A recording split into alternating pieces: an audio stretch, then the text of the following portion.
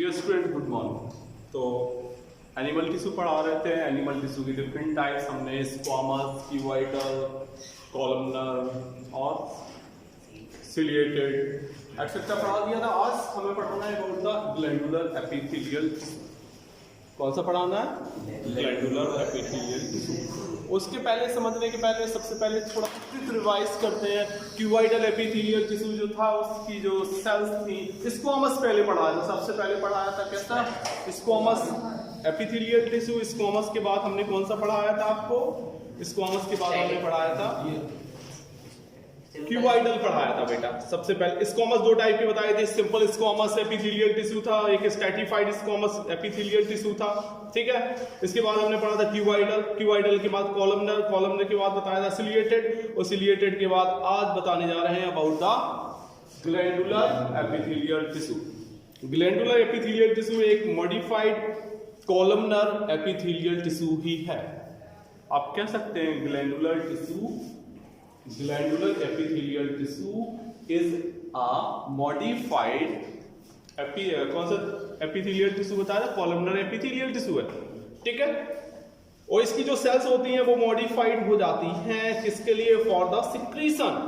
दे secret certain substances, वो कुछ certain substances को सीक्रेट करती हैं और ये लाइंस करती हैं स्टमक को, intestine and other sensory secretory organs. जो भी जैसे स्टमक को लाइन करेगी, स्टमक के साथ साथ ये इंटेस्टाइन को करेगी, और अदर सिक्रेटरी ऑर्गन, जो भी सिक्रीशन करने वाले ऑर्गन्स अदर्स हैं उनको भी ये लाइन करेगी।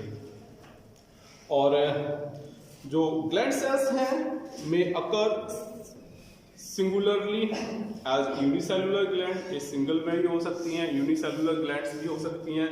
अगर एग्जाम्पल की बात करें तो गॉबलेट सेल्स कौन सी हो जाएंगी? बता रहे थे आपको, गॉबलेट सेल्स कौन सी हो जाएंगी? गॉबलेट सेल्स हो जाएंगी, ध्यान रखना बेटा। और इसके अलावा गॉबलेट सेल्स के अलावा क्या होंगी? जो कि म्यूकस मेम्ब्रेन जो होती है, एलिमेंट्री कैनाल, किसमें होंगी goblet cells? Mucous membrane of alimentary canal.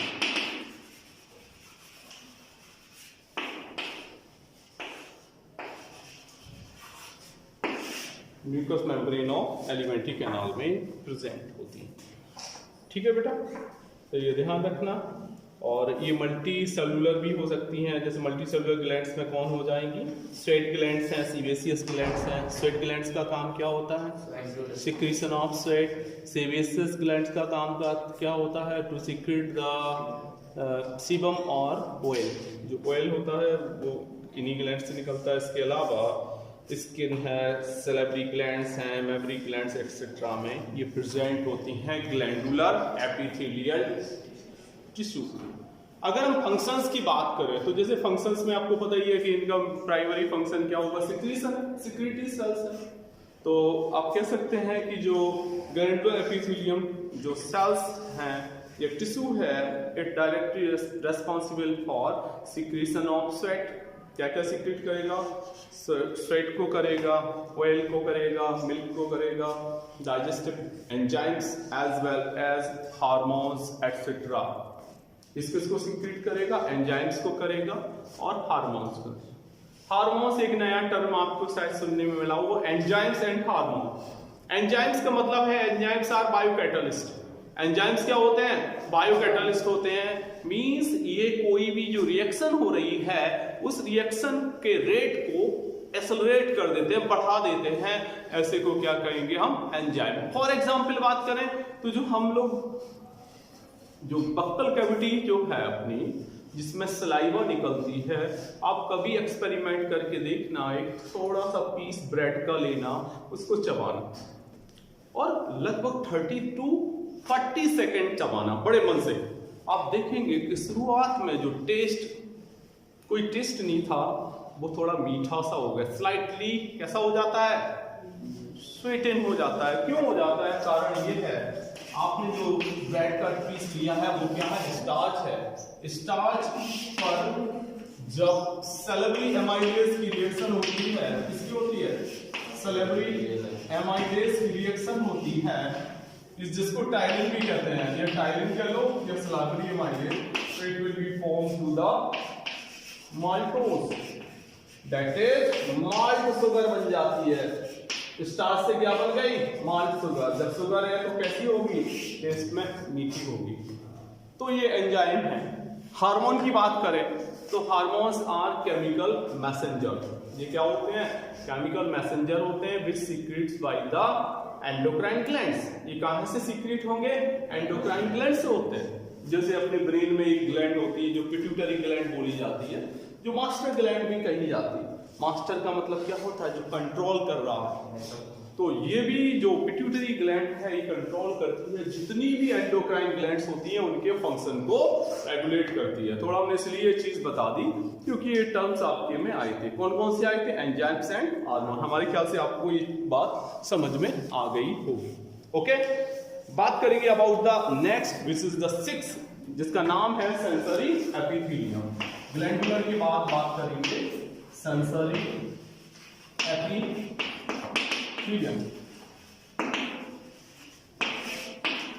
Sensory epithelium, sensory का मतलब आप समझ सकते हो कहीं ना कहीं ये जो ब्रेन है या न्यूरॉन्स हैं जिनसे कि जो स्टिमुली वगैरह जो हो रही हैं ट्रांसफर, उसके लिए रिस्पॉन्सिबल होगी। तो सेंसरी जो एपिथेलियम है it is also modified columnar epithelium. ये भी इस कुछ बुक में लिखा होगा कि 4 टाइप लिखे होंगे एपिथेलियल टिश्यू के, तो वो भी गलत नहीं है क्योंकि उन्होंने जो मॉडिफिकेशन है वो एक में ही सब जोड़ दिए। देखो अभी ग्लैंडुलर बता रहे थे, वो भी कैसी था? वो भी कैसा था? एपिथेलियल टिश्यू ही था, जो कि हम बता रहे थे कौन सा? कॉलमनर एपिथेलियल टिश्यू था। ये भी जो सेंसरी एपिथेलियल टिश्यू है ये भी कौन सा है? कॉलमनर एपिथेलियल टिश्यू, बट क्या है? मॉडिफाइड हो गया। मॉडिफाइड जानते हो? जैसे आपके पास कार है तो कार में आप जैसा चाह रहे हैं उसके टायर चेंज करवाना चाहिए, बड़े छोटे जैसा भी आपको आगे का जो भी है चेंज करा, वो मॉडिफाइड होता है। तो यहाँ बॉडी में भी नेचर क्या करती है? जो भी सेल्स हैं, जो भी टिश्यू या ऑर्गन हैं, उनको उनके फंक्शन के बेसिस पे मॉडिफिकेशन हो जाता है। तो ये भी जो है sensory epithelial tissue is also a columnar epithelial tissue. Modified बोलोगे, क्या बोलोगे? Modified epithelial tissue. ठीक है, समझ में आ गया? It has sensory sales. इसमें क्या होंगी? सेंसरी सेल्स होंगी, और जिनके फ्री जो एंड्स होंगे are produced into sensory hair. उनमें से क्या निकलेंगे? वो निकलते हैं उसमें सेंसरी हेयर्स निकलेंगे, छोटे छोटे सेंसरी हेयर्स।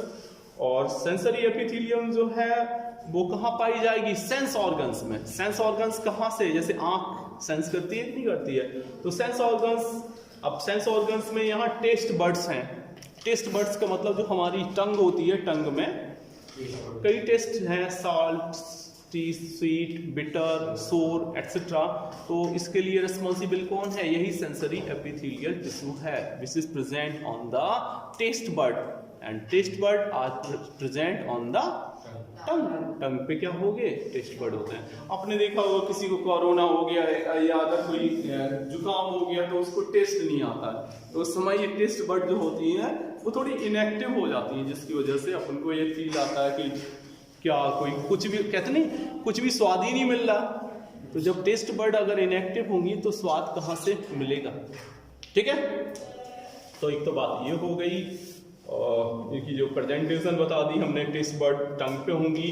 इसके अलावा in the epithelium of internal ear, जो हमारा इंटरनल ईयर है, ये एक्सटर्नल है, ये दिख रहा है, ये एक्सटर्नल है, बाहर का एक्सटर्नल होता है, अंदर जो होता है वो इंटरनल ईयर। तो इंटरनल ईयर जो है उसमें भी ये प्रेजेंट होंगी। ठीक है, फंक्शन की बात करें तो cells of sensory epithelium pick up external stimuli, मतलब जो सेंसरी एपिथेलियम है वो क्या करती है? स्टिमुली जानते हो? स्टिमुली का मतलब है कि जैसे सर्दी है, गर्मी है, कोई भी जो चेंज आप, कोई भी एक्सटर्नल जो एनवायरमेंटल चेंज आप में कोई रेस्पॉन्स करे, उसके लिए जिसके द्वारा करोगे वो स्टिमुली होगी। जैसे अभी हम टार्च लगा दें आंखों में, तो जो रिफ्रैक्शन लाइट का है, लाइट क्या है आपके लिए स्टिमुली का काम कर रहे हैं, है ना। कभी कभी होता है जैसे पॉलन है, जैसे यहाँ कोई चीज डाल दो, एलर्जिक कोई चीज डाल दे, आपके हाथ टच हुए तो आपको पूरी खुजली होने लगी, तो वो उस समय क्या है, वो स्टिमुली, तो इसके लिए वो रेस्पॉन्सिबल होता है कौन सा, सेंसरी एपिथेलियम। समझ में आ गया होगा सेंसरी। अब लास्ट बताने जा रहे हैं which is the germinal epithelium. क्या होगा, जर्मिनल एपिथेलियम।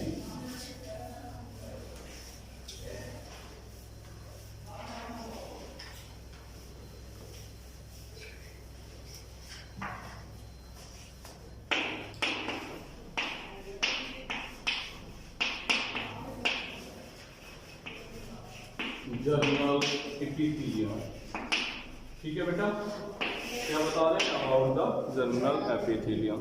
देखो बेटा, जर्मिनल एपिथेलियम गोनाड्स जो होते हैं, आप लिख सकते हैं इट लाइज किसको करेगी, गोनाड्स को। गोनाड्स क्या है, gonads are testis and ovary. जो टेस्टिस और ओवरीज हैं वो क्या बोले जाएंगे, गोनाड्स हैं। टेस्टिस किसमें होते हैं, मेल में, और ओवरीज किसमें है, फीमेल में। तो आप कह सकते हैं जर्मिनल एपिथेलियम लाइन गोनाड्स। ये गोनाड्स क्या है, that is testis and ovaries, ठीक है। तो बोल सकते हो germinal epithelium lines gonads, that is testis and ovaries. It is formed of cuboidal cells. ये cuboidal cells का एक modified version है। By dividing its cells give rise to germinal cells. इसकी जो cells होती हैं वो divide होती हैं और बनाती क्या है, germinal cells को बनाती हैं, जो कि develop हो जाती हैं किसमें, male and female gametes में। इसकी जो सेल्स होती हैं वो जर्मिनल सेल्स में डिवाइड होंगी और जिनसे फॉर्मेशन का हो जाएगा मेल एंड फीमेल गैमीट का। आपको पता होगा कि जब सेक्सुअल रिप्रोडक्शन होता है तो सेक्सुअल रिप्रोडक्शन के लिए सबसे ज़्यादा जरूरी क्या होता है, gametes, male gamete, female gamete, दोनों का पहले फॉर्मेशन होगा। फॉर्मेशन के बाद क्या होगा, उनका फ्यूजन होगा। फ्यूजन का मतलब है उनका वो यूनाइट हो जाएंगे and finally they form the zygote. तो इस तरीके से ये जो एपिथेलियल टिश्यू था मैंने कंप्लीट करवा दिया। अब नेक्स्ट टिश्यू आपको बताने जा रहे हैं, this tissue is connective tissue. इसका स्क्रीनशॉट बेटा ले लो।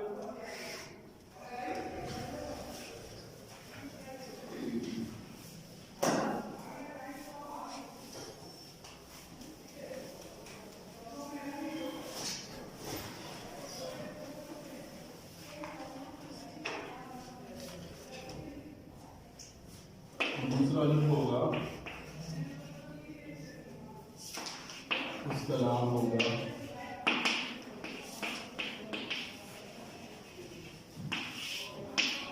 कनेक्टिव टिश्यू, ठीक है। तो जो कनेक्टिव टिश्यू है, कनेक्ट करना, कनेक्ट का मतलब था जोड़ने वाला। ये बहुत ज़्यादा इंपॉर्टेंट टिश्यू है। कनेक्टिव टिश्यू बाइंड्स और कनेक्ट वेरियस टिश्यू। जो वेरियस टिश्यूज हैं उनको कनेक्ट करना, साथ ही साथ ऑर्गन्स जो बॉडी के हैं उनको कनेक्ट करना, साथ ही साथ प्रोवाइड करना रिजिडिटी, सपोर्ट एंड प्रोटेक्शन, ये है, इसको बोलेंगे connective tissue. Connective tissue is also known as packing tissue. इसलिए हम क्या लिख सकते हैं, इसको ब्रैकेट में करके लिख सकते हैं पैकिंग टिश्यू, कनेक्टिव टिश्यू और पैकिंग टिश्यू, ठीक है। तो ये कनेक्टिव टिश्यू आपको हम कल पढ़ाएंगे। Thank you so much, have a good day.